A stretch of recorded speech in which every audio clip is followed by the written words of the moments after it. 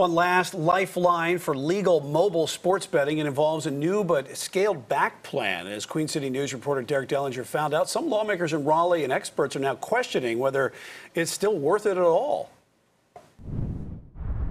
Betting on college sports will not be permitted under Senate Bill 688.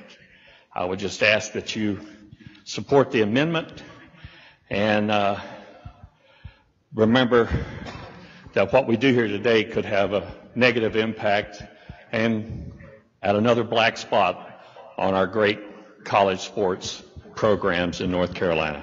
This is audio from Wednesday's State House session where Mecklenburg County Representative John Autry got an amendment passed that would essentially allow sports betting in the state, just not for college sports. For those who've been watching this, it's kind of a big deal here in North Carolina. You think?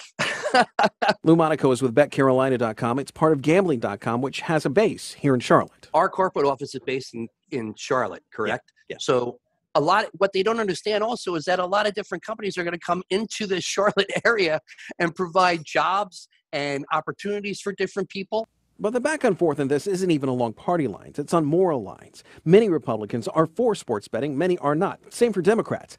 But taking college sports out of the equation would essentially take a big incentive out. You're reducing potential tax revenue substantially because obviously betting on in-state teams is going to be huge. Bennett Conlin is a reporter with SportsHandle.com. He's been watching sports betting state by state and notes that a lot of these arguments, that it would lead to a moral decline, that it would increase gambling addiction, are showing up everywhere else, even though there's not a lot of evidence to support it. Legalizing platforms in North Carolina is not going to impact. If somebody really wants to approach a college athlete or a professional athlete, try to have them throw a game, having DraftKings legalized in North Carolina is not going to deter them from the way that they would do it. Lawmakers say there's a chance of it passing, but not until next week at the earliest. There's a lifeline, but that lifeline is wearing thin. I don't know what's going to happen with this bill, but it's not looking very good.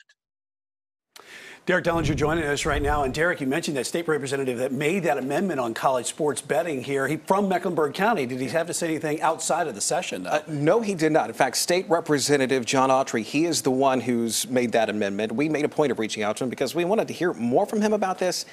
We have not heard back from him. Not yet. All right. We do it. College sports betting is off the table on that part. And then the rest of it we'll have to see. But it's hanging by a lifeline on that. All right, Derek, thanks.